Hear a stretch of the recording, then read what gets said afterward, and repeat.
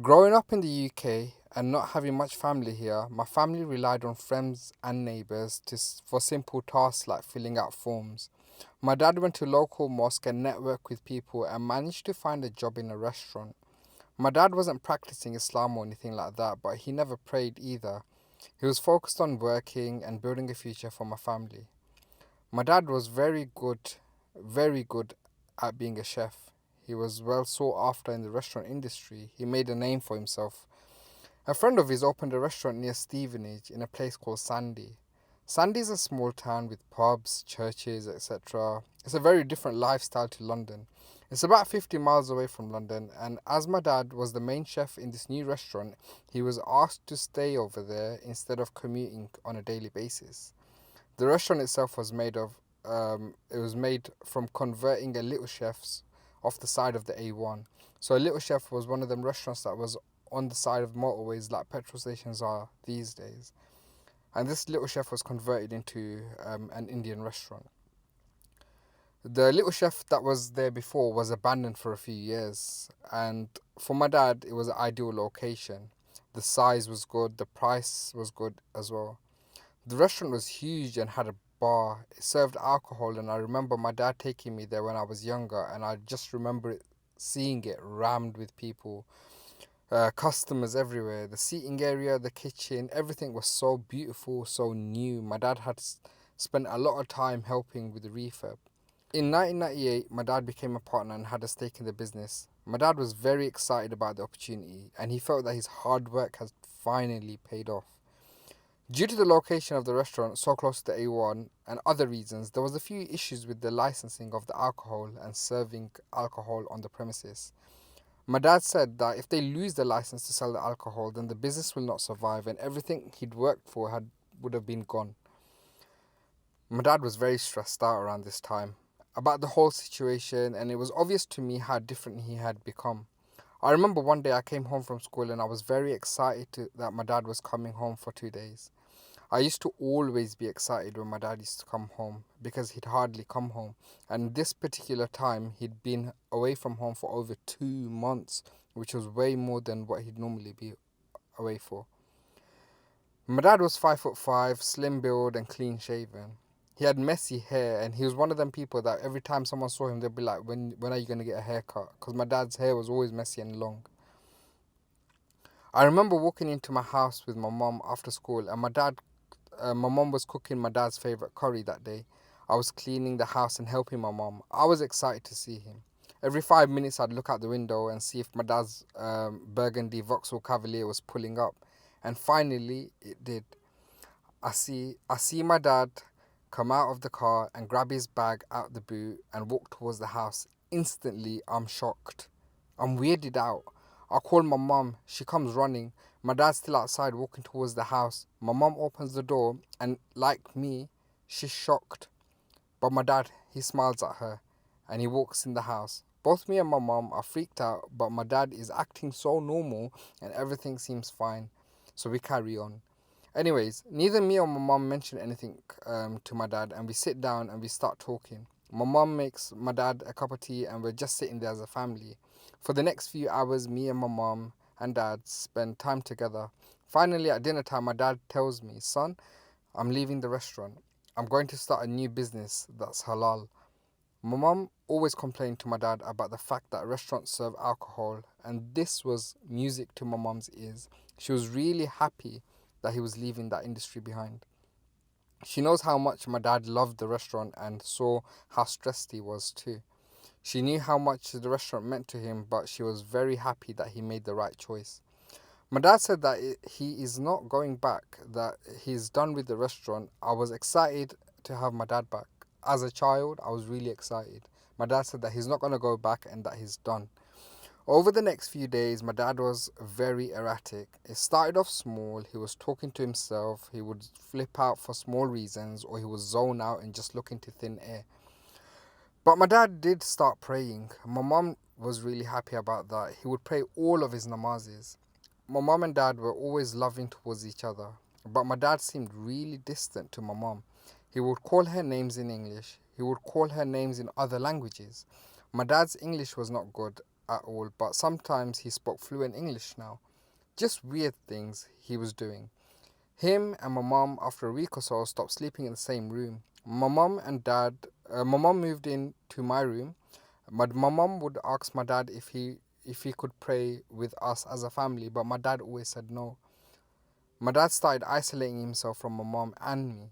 He wouldn't come out the room. He'd lock himself in the room. He wouldn't go outside. All me and my mum can hear was talking in the room, but he was talking to himself. My mom went to the local mosque one day and she reached out to an imam to come see my dad. My mom didn't tell my dad, but when my mom came home after seeing the imam, my dad flipped out at my mom. He hit her and he said, "Why did you tell them? Why did you tell him?" My mom was really upset and locked me and herself into the bathroom. We heard our dad leave the house, and when he did, me and my mom came out and went to the mosque. Then, two imams went to my house and waited for my dad to come home. Me and my mom were at the mosque for what seemed like ages, but in reality it was about 5 hours. It was the longest 5 hours for me. I remember my mom praying, and my mom told me to pray and read the Quran too. I was pretty young at the time, so wasn't fully aware of what was going on. When the imams came back, I was pretending to be asleep on the floor of one of the rooms that me and my mom was in. The imams came in and sat down. My mom asked them, "What's happened? What's happened? How is he?" The imam said, "Your husband had a jinn with him, and here's what happened to him." My dad was at the restaurant one night. Everyone else was either already in bed or they had gone home. My dad wasn't sleeping due to the stress he had felt over the licensing. He was cleaning and preparing work for the next day. The main lights were off and just a few side lights were on. All of a sudden, a man appeared in the room. My dad knew the restaurant was locked, and because he was cleaning, he knew that there was no one else there. Before my dad could say anything, the man said, "I am not a son of Adam. I am a jinn." He said this in Bengali. My dad was frozen and couldn't talk. He said to my dad that he shouldn't worry about the business, that he needs to stop selling alcohol and drinks, that it's not Islamic and that it's haram. My dad just saw something he couldn't explain. The jinn was in front of him. He knew instantly that there's more to life than what reality shows us. He knew that if there's good, then there's bad. There's more to everything. Instantly, he believed that there's more.